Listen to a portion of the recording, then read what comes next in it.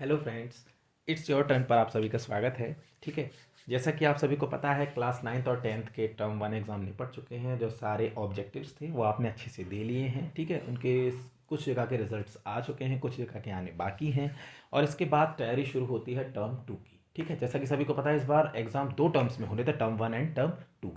तो टर्म 1 के एग्ज़ाम निपट चुके हैं जो कि सारे ऑब्जेक्टिव थे। अब टर्म 2 के एग्ज़ाम शुरू होंगे जो कि सारे सब्जेक्टिव होंगे। आप सभी को पता है आपके टर्म 2 के एग्ज़ाम सब्जेक्टिव होने हैं। तो टर्म 2 के एग्ज़ाम के बिहाफ हम लोग आज मैथ की एक वीडियो लेकर आए हैं। आप लोग हमारे चैनल के साथ बने रहें, हम धीरे धीरे सारे सब्जेक्ट्स आपको प्रोवाइड कराएंगे।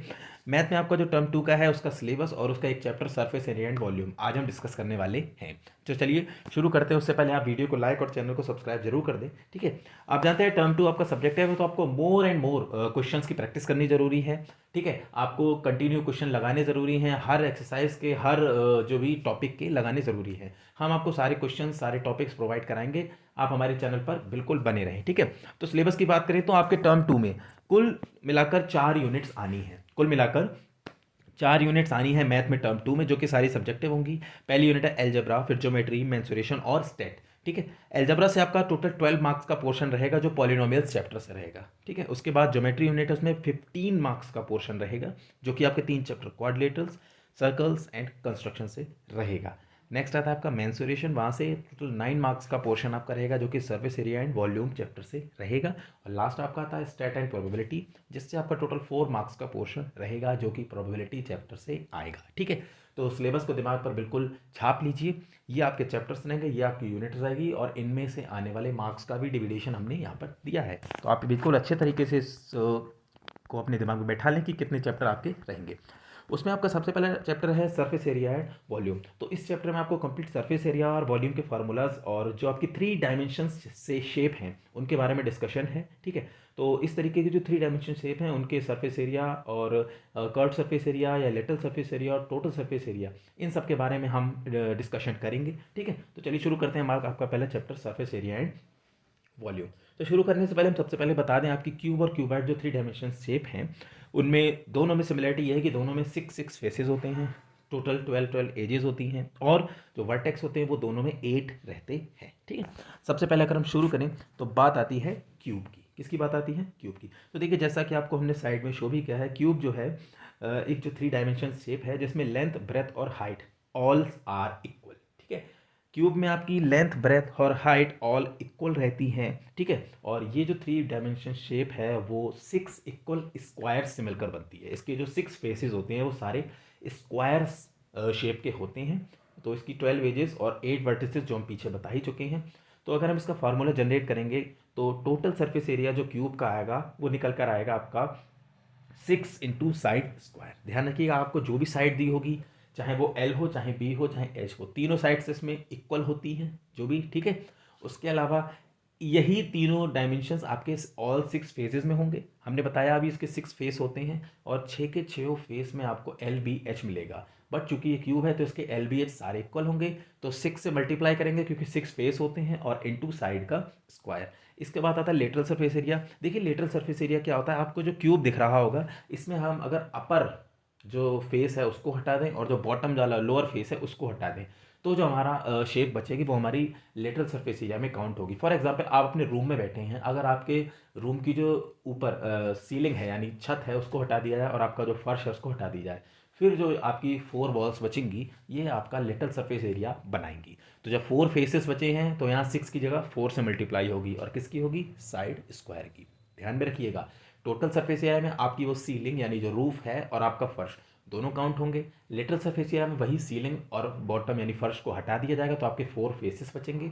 इसीलिए लेटरल सरफेस एरिया में 4 से मल्टीप्लाई होगी और टोटल सरफेस एरिया में 6 से मल्टीप्लाई होगी और मल्टीप्लाई में रहेगा साइड स्क्वायर। वॉल्यूम जो होगा उसमें एल बी और एच तीनों की मल्टीप्लाई होगी।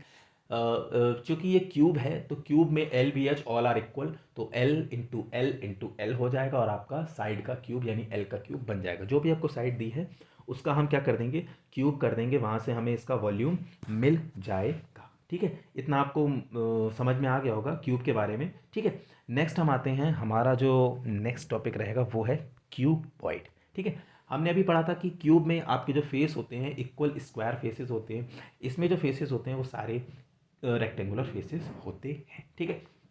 तो अगर इसका हम सबसे पहले LS यानी लेटरल सरफेस एरिया की बात करें, तो अभी जैसा पीछे हमने बताया था लेटरल सरफेस एरिया में आपका टॉप और बॉटम हटा दिया जाएगा, तो आपके टोटल जो फेस बचेंगे वो बचेंगे 4 फेसेस, ठीक है। और यहाँ पर जो 4 फेसेस हैं उसमें आपकी बचेगी L और H, B और H। जैसा कि आप फिगर में देख पाएंगे, आपका जब ऊपर का फेस और नीचे का फेस हटा देंगे तो ऊपर भी आपकी लेंथ और ब्रेथ है, H नहीं है, और नीचे में भी आपकी लेंथ और ब्रेथ है, H नहीं है।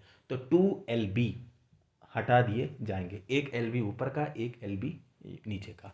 अब जो आपके 4 फेसेस बचे वहाँ पर फेसेस में आपको L और H मिलेगा, साथ में दूसरे तरफ B और H मिलेगा। तो फॉर्मूला जो आपका बनेगा 2 ब्रैकेट में L plus B multiply by H, ठीक है। इसके बाद हम टोटल सरफेस एरिया की बात करें, तो जो हमने भी फेस हटाए थे लिटल सरफेस में अपर एंड लोअर, उनको फिर से ऐड कर दिया जाएगा। तो आपको जो फार्मूला बनेगा 2 जो आपके फेसेस हैं उसमें LB, फिर BH और उसके नीचे LH। तो ये फार्मूला बन जाएगा 2 ब्रैकेट में L into B plus B into H plus L into H. ये आपका फार्मूला टोटल सरफेस एरिया का रहेगा। इसके बाद बात करें वॉल्यूम की, तो वॉल्यूम में L into B into H, ये आपका रहेगा, ठीक है। तो क्यूब और क्यूबॉइड हमने दोनों निपटा दिए हैं। नेक्स्ट हमारा जो आता है सरफेस एरिया एंड वॉल्यूम में कोन रहता है। क्या रहता है? कोन। तो कोन या राइट सर्कुलर कोन आपको कहा जाएगा, तो आपको कोन के फॉर्मूले ही याद रखने। इसको राइट सर्कुलर कोन के नाम से भी लिखा जाता है। तो जो राइट सर्कुलर कोन है उसमें आपकी जो शेप होती है, जैसे कि आपने बर्थडे कैप देखी है उसकी तरह आपकी शेप होती है। तो राइट सर्कुलर कोन जो होता है उस पर जो एक परपेंडिकुलर एक्सिस भी आती है उसके बेस पर, ठीक है। एक परपेंडिकुलर भी ड्रॉन होता है उसके बेस पर।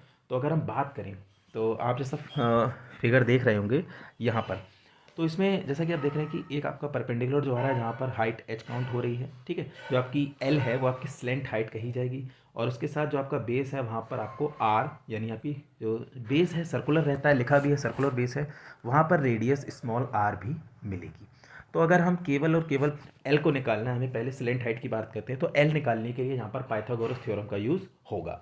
तो L का जो फार्मूला है ना, L is equal to under root H square plus R square, यानी हाइट का स्क्वायर प्लस आर, यानी जो सर्कुलर बेस है, सर्कल का बेस रहता है इसीलिए वहाँ रेडियस मिलेगी, वो आर स्क्वायर ऐड करके उसका रूट निकाल देना है।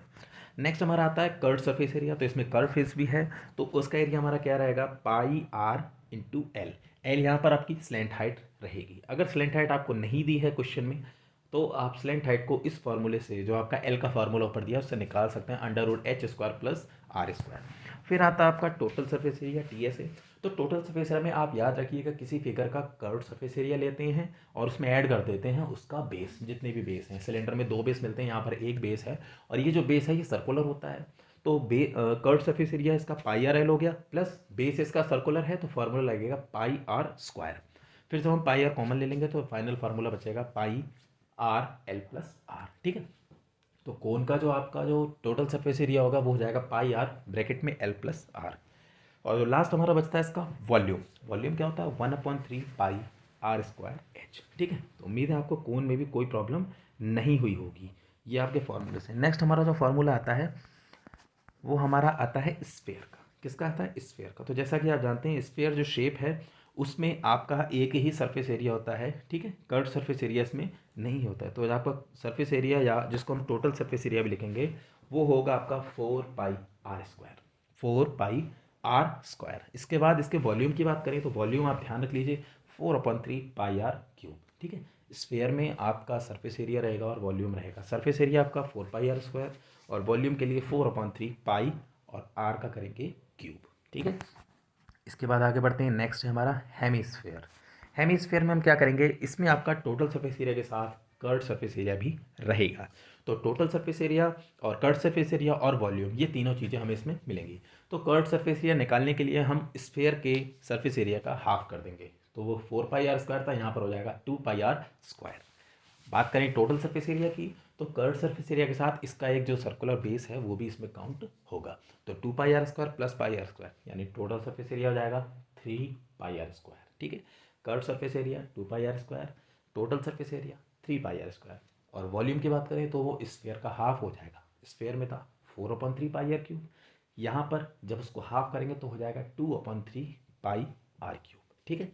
इतना आपको समझ में आ रहा होगा। और जो आज का लास्ट है हमारा फॉर्मूला वो है हमारा सिलेंडर का। सिलेंडर में आप ध्यान रखिए एक जो सर्कुलर बेस है वो दो होते हैं, एक अपर में एक लोअर में, जैसा फिगर में शो किया गया है, और दोनों की रेडियस स्मॉल आर यहाँ पर ली जाती है। सिलेंडर में ये जो बीच का पोर्शन है ये कर्व सरफेस है, ठीक है। इसको अगर हम कट करके खोलेंगे तो ये रेक्टेंगल शेप का निकलेगा, ठीक है। तो अगर सिलेंडर के कर्व सरफेस एरिया की बात करें तो वहाँ पर हमको मिलेगा 2πr/h, 2πr/h हाइट उसमें लगेगी। और फिर जब हम इसका TSA यानी टोटल सरफेस एरिया निकालेंगे तो CSA लेंगे, यानी कर्व सरफेस एरिया प्लस उसके अपर और लोअर वाले दोनों बेस। तो कर्व सरफेस एरिया हमने पढ़ा 2πr/h, उसमें ऐड करेंगे दो बेस, तो ऐड हो जाएगा 2πr²। तो हमारा जो फाइनल फार्मूला बनेगा वो बनेगा 2πr ब्रैकेट में h+r।